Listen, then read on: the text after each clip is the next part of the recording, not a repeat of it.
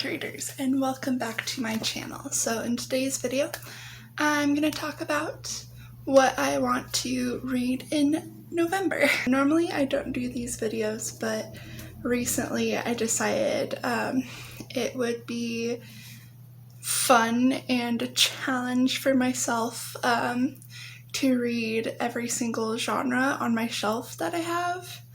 And not only will it be me reading a whole bunch of books per month, but also will help me get rid of and read my books on my bookshelf.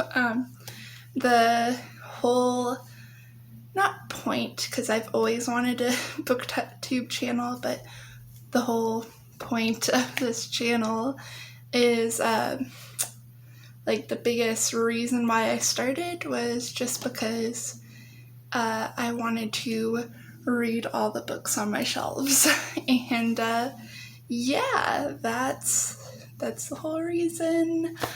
Well, not the whole reason. I'm a little tired right now, but mainly the biggest reason, but also I wanted to, and it sounded like fun, and I always watch booktube channels. But anyways, ramble aside, I should talk about my books I want to read this month. So my goal is to read from every single genre on my shelf.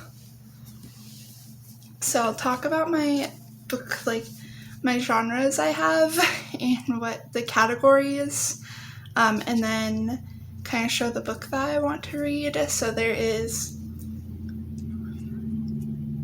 8 genres of what I want to read, so therefore there will be 8 books I want to read, and the first genre is going to be romance / contemporary, which is my biggest genre I read most of the time, and I want to read Lilac Girls by Martha Hall Kelly. I will just read the back synopsis, but it's like a historical fiction book. I really love the lilac. I don't know, I think it's pretty. But yeah, I'll just read the back synopsis while holding up the book. I'll try. Based on the real life story of a New York socialite who championed a group of concentration camp survivors known as the Rabbits, this acclaimed debut novel reveals a story of love, redemption, and terrible secrets that were hidden for decades. Coraline Faraday is a former Broadway actress and liaison to the French consulate,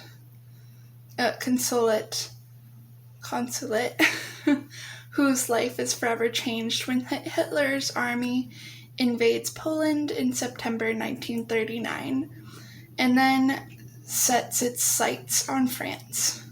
An ocean away from Caroline, Kasia Kuzmarek, a Polish teenager, sinks deeper into her role as a courier for the underground resistance movement. In Germany, Herta Aberhuser, a young doctor, answers an ad for a government medical position only to find herself trapped in a male-dominated realm of Nazi secrets and power. The lives of these 3 women are set on a collision course when the unthinkable happens and Cassia is sent to Ravensbrück, the notorious Nazi concentration camp for women. Their stories cross continents as Caroline and Cassia strive to bring justice to those whom history has forgotten. So, sounds very interesting. Very World War II. Also, you can tell it's World War II because of the hair and everything. But yeah, I'm pretty excited to read this. Then the next genre is sci-fi. Now I want to read Crosstalk by Connie Willis. I read this book before, and I loved it so much. Connie Willis is actually, I know her. She's like a family friend. And yeah, this was my first book by her that I read, and I really enjoyed it. I'll just read the back synopsis just to go for aesthetics here. But yeah, this book is really good. So, in that not too distant future, a simple operation to increase empathy between romantic partners has become all the rage, and Bridie Flanagan is delighted when her boyfriend suggests undergoing the procedure prior to a marriage proposal to maximize their emotional connection. But things don't quite work out as planned, and Bridie finds herself trapped in an intimate psychic link with someone else entirely, placing her privacy and her patience and possibly her sanity at risk. As things go from bad to worse, Bridie begins to see the dark side of too much information and to realize that love and communication are far more complicated than she ever imagined. Yeah. I was going to say sounds good, but I know this is good. So, definitely very excited to read this. And the next thing on my list is a thriller. And I got this book. It's Night Film by Marissa Pessel. And I know this is a very October-y feels book. But, November's kind of like the in-between. It's like you're still riding the high from Halloween, but also like super excited for Christmas. So it's like, you can have a little bit of both. But, yeah, at least that's how I see it. But anyways, this will be a little harder to show the cover while I read because it's the inside flap. Also, pay no attention to the worth it sticker at the end of books when I put worth it on there and I read them on my wrap-ups. I like talk about if it was worth reading it. Yeah. Or I'm planning to. But anyways, this that cover though, so spooky. Anyways, alright. I'm trying to show my lips, but you will have to... Okay, I'll just read it like this. Or maybe I'll just read it like this. Okay. On a damp October night, beautiful young Ashley Cordova is found dead in an abandoned warehouse in Lower Manhattan. Though her death is ruled a suicide, veteran investigative journalist Scott McGarth suspects otherwise as he probes the strange circumstances surrounding Ashley's life and death. McGarth comes face to face with the legacy of her father, the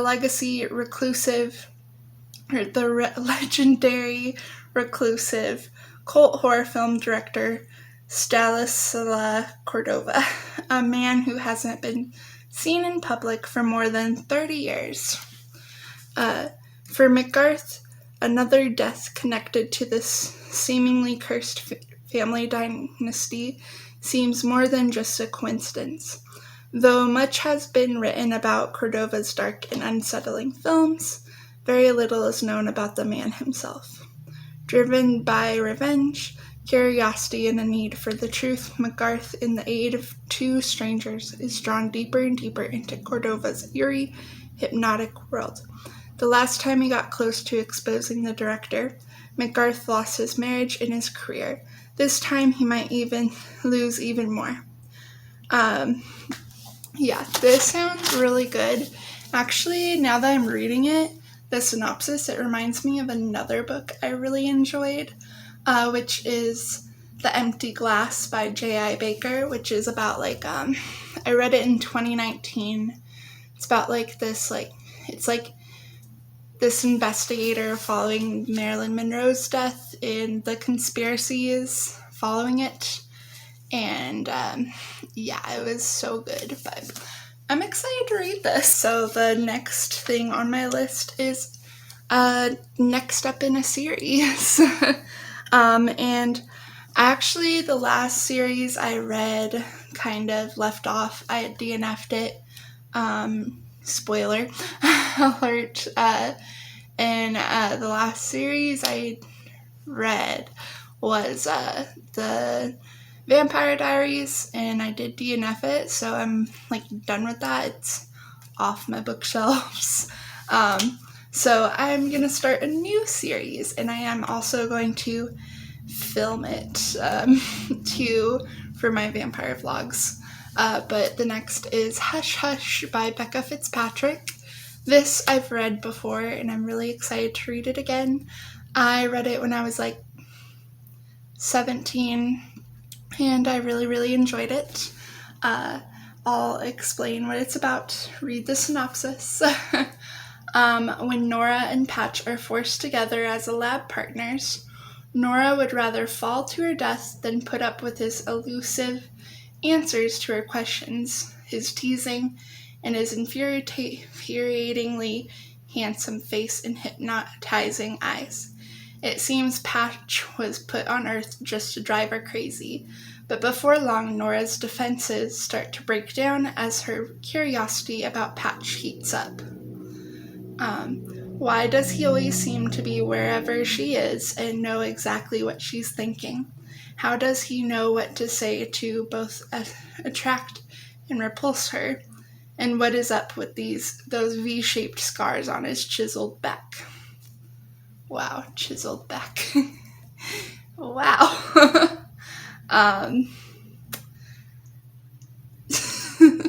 If you guys watch my vampire vlogs, I'm definitely gonna be talking about that. That's so hilarious. Why did Fitzpatrick put in the synopsis on his chiseled back? Oh, okay. Alright, I'll stop. Continue on. As their connection grows stronger, Nora's own life becomes increasingly fragile. Nora needs to decide, is Patch the one who wants to do her harm or the one who will keep her safe? Has she fallen for one of the fallen? I am super excited to read this, and I'm super excited to post updates and stuff on my vampire vlogs. Even though this isn't a vampire vlog or vampire book, I still want to include it just because it's like paranormal romance, and that's the whole point of my vampire vlog series is I'm just reading paranormal romances. So far, if you guys want to watch, I've only done Twilight and the Vampire Diaries, and you were spoiled on what happened to the Vampire Diaries. If you want to know my opinions, I have a video about that. But yeah, I'm planning on doing Hush Hush, obviously, the Vampire Academy, the Night World series. I have a lot. So if you guys have any like recommendations too, feel free to comment down below on this video or the Vampire Diaries video or whatever. But yeah, anyways, next on the list is either I choose between a favorite author or a classic. And this year, or this November, this month, I chose to read a favorite author, and that is Nora Roberts' The Search. And yeah, I'll just kind of read what it's about. The Search. Here's the synopsis. To most people, Fiona Bristow seems to have an idyllic life. A quaint house on an island off Seattle's coast, a thriving dog training school, and a challenging volunteer job performing canine search and rescue, not to mention her 3 intensive loyal labs. But Fiona got to this point by surviving a nightmare. Several years ago, she was the only survivor of a serial killer, a madman who stalked and abducted young women, strangled them, and left them buried with a red scarf on their bodies. As authorities were closing in on the red scarf killer, he shot and killed Fiona's cop fiancé and his canine partner. At Orcas Island, Fiona has found the peace and solitude she needed to rebuild her life. Yet all that changes when the day Simon Doyle barrels up her drive, desperate for help. He is the resolute owner, or reluctant owner of an out-of-control puppy, foisted upon him by his mother. Jaws has eaten through Simon's house, and he's at his wit's end. To Fiona, Jaws is nothing she can't handle. Simon is another matter. A newcomer to Orcas, he's a rugged and intensively private artist, known for creating exquisite furniture. Simon never wanted a puppy, and he most definitely doesn't want a woman. Besides, the lanky redhead is not his type. But tell that to the laws of attraction. As Fiona embarks on training Jaws, and as Simon begins to appreciate both dog and trainer, the past tears back into Fiona's life. A copycat killer has emerged out of the shadows, a man whose bloodlust has been channeled by a master, with one motive: to reclaim the woman who slipped out of his hands. Ooh, spooky. But yeah, sounds good. I love Nora Roberts' writing, so I'm very excited to read this. Last on my list is a nonfiction book, and what I chose is Here If You Need Me by Kate Brostrup. And this is a very fall color, and this is the synopsis. Here If You Need Me is the story of Kate Brostrup's remarkable journey from grief to faith to happiness. As she holds her family together in the wake of her husband's death, as she pursues his dreams of becoming a minister, and as she ultimately finds her calling as a chaplain to search and rescue workers. Her story is dramatic, funny, and deeply moving, an uplifting account of finding God through helping others, and of the small miracles that happen every day when a heart is grateful and a love is restored. So, yeah. Sounds good. But yeah, that's all I plan on reading in November. Let me know in the comments down below what you guys are reading. And hopefully you guys like these TBR videos. Planning on keeping on doing them. But yeah, usually when I post like TBR videos or TBR type videos, it gets a lot more views than my like wrap-ups. Which, you know, this channel isn't about views, but like I feel appreciative for the views, you know. But yeah, that's what I'm planning to read this month. Let me know again in the comments what you're planning on reading, if you've read any of these books that I'm planning on reading, and yeah, anything else. Going once, going twice. Just kidding. Anyways, I'll let you guys go. Sleepy brain is taking over. I hope you guys enjoyed this video, and I'll talk to you later. Bye.